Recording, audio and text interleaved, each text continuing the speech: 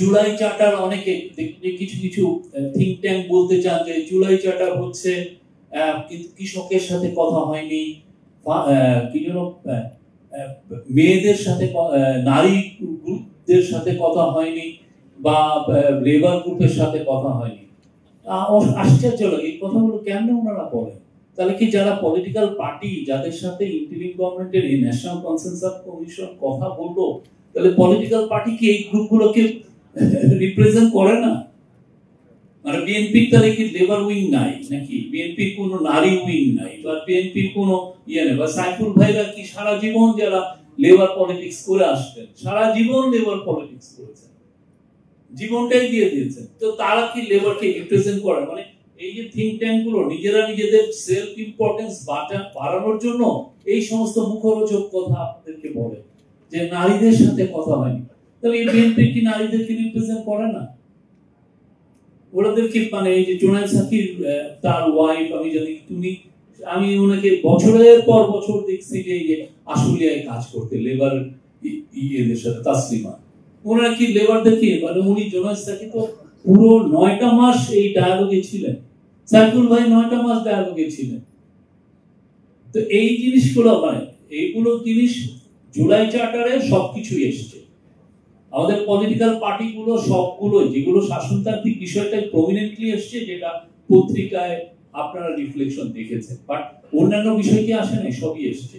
আর অন্যান্য অনেক বিষয়, আর সবাই যদি ভাবেন যে আমরা 9 মাসে কুইক ফিক্স করে ফেলবো, সেটাও তো হয় না।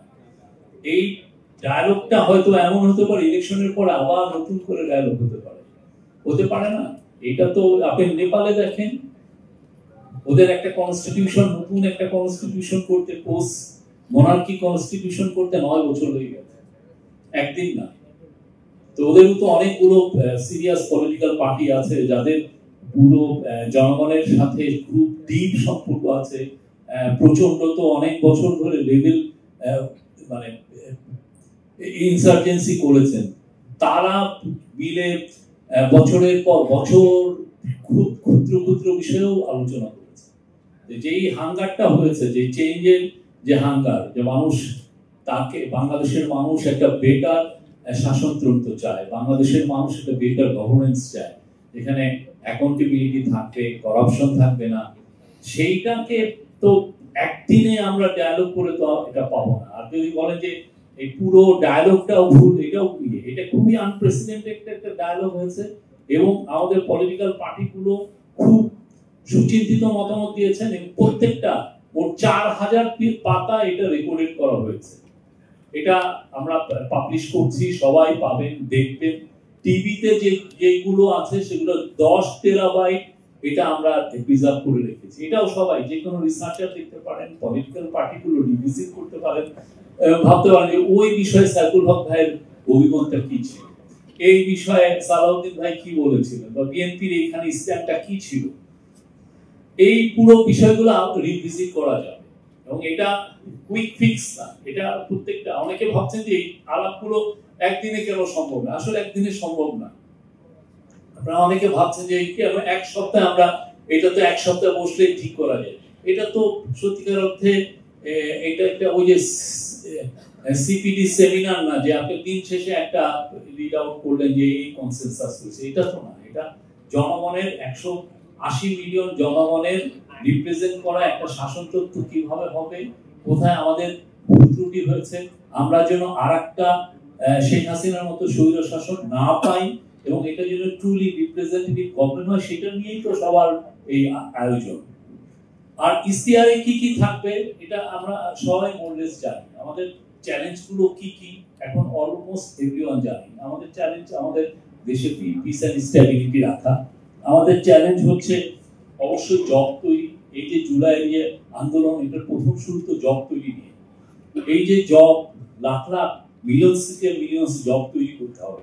মানে এমন সময় আপনার জবটা তৈরি হবে যেখানে আগ্রাসী এআই টেকনোলজি আসছে, যেটা আপনাকে আপনার জবকে কেড়ে নেওয়ার জন্য। এমন সব এআই টেকনোলজি আছে, আপনি এখন পিআর এজেন্সির কাছে যাওয়া লাগবে না। পুরো পিআর এজেন্সি এখন রিডান্ডেন্ট হয়ে যাচ্ছে এই যে এআই টেকনোলজির কাছে। এমন সব জব আছে পুরো একটা আপনার মানে নতুন করে আপনি ইউনিভার্সিটিতে পড়বেন কিনা সেটা নিয়েও এখন চিন্তা হচ্ছে। অনেকে বলতেছে ইউনিভার্সিটিতে পড়ার দরকার নেই, বা আমি 4 বছর যে কোর্সটা করতেছি সেটা আমি 4 বছর কেন করব, আমার 1 বছর করতে হবে। ফলে জব তো তৈরি করতে হবে এবং এট দ্য সেম টাইম জবকে প্রোটেক্ট, মানে আপনার জব যে চলে যাচ্ছে ম্যাসিভ এআই বা অটোমেশনের কারণে, সেটাকে কিভাবে আপনার প্রোটেকশন, মানে কি যে বড় রকমের কি বিশাল চ্যালেঞ্জ আমাদের সামনে, এটা আপনি কল্পনা করা যায় না। আমাদের কিছু কিছু গার্মেন্টস ফ্যাক্টরিতে দেখবেন যে তাদের এফেক্টিভলি কোনো নাম্বার অফ ওয়ার্কার বাড়েনি, কিন্তু দেখবেন যে এক্সপোর্ট বেড়ে গেছে 200, যে 100 মিলিয়ন ছিল 200 মিলিয়ন, কিন্তু দেখা যাচ্ছে তার 12,500 কর্মী ছিল, 12,500 কর্মী হচ্ছে। দ্যাট মিন্স সে বাকি যে গ্রোথটা, নতুন যে গ্রোথটা হচ্ছে সেটা অটোমেশনের কারণে হচ্ছে। আমাকে কালকে একজন বললেন যে সিরামিকে অনেক সিরামিককে উনি দেখেছেন যে কোন কোন সিরামিক ফ্যাক্টরিতে রোবট এসে কাজ করছে। সে তো তার এফিসিয়েন্সি বাড়াতে চাবে, সে তো তার প্রোডাক্টিভিটি বাড়াতে চাবে, এবং সেক্ষেত্রে অটোমেশন ছাড়া তার উপায় নেই। আমি না করলে আমার ড্রাইভারটা করবে, ফলে আমি বাধ্য হচ্ছি এটা করার জন্য। ফলে জব যেখানে তৈরি করতে হবে 1 কোটি 2 কোটি, সেখানে দেখা যাচ্ছে আমার এক্সিস্টিং জবই থাকছে না, সেটাকে আমি প্রোটেকশন করতে। ফলে নেক্সট গভর্নমেন্টের এটা আমি দেখছি বিগেস্ট চ্যালেঞ্জ গুলোর একটা। তারপরে 3 নম্বর হচ্ছে লজিস্টিক এন্ড ইনফ্রাস্ট্রাকচার। আমরা যে লজিস্টিক এন্ড ইনফ্রাস্ট্রাকচার নিয়ে এগোচ্ছি, হ্যাঁ, সেই লজিস্টিক এন্ড ইনফ্রাস্ট্রাকচার নিয়ে আমি কতদূর এগোতে পারবো? আমি কি এই আমার ফিউচার গ্রোথকে সাস্টেন করতে হলে এইটা কেন? আমরা তো ভুল জায়গায়। আপনি কি গোপালগঞ্জ তো কাশিয়ানি আমি রেল লাইন বানিয়ে রেখেছি 2000 না 3000, কেউ চড়ে না। পাবনা টু কি পর্যন্ত একটা রেল লাইন রেখেছি, কেউ চড়ে না। এবং যেখানে আমার চিটাগাং টু ঢাকা একটা dedicated rail line, high speed rail line করা দরকার, বা আমার একটা এলিভেটেড এক্সপ্রেসওয়ে, সেটা আমরা করেছি ঢাকা টু খুলনা, যেখানে দিনে 500 কি 1000 লোক হয়। এটা কি আমার গ্রোথ এরিয়া?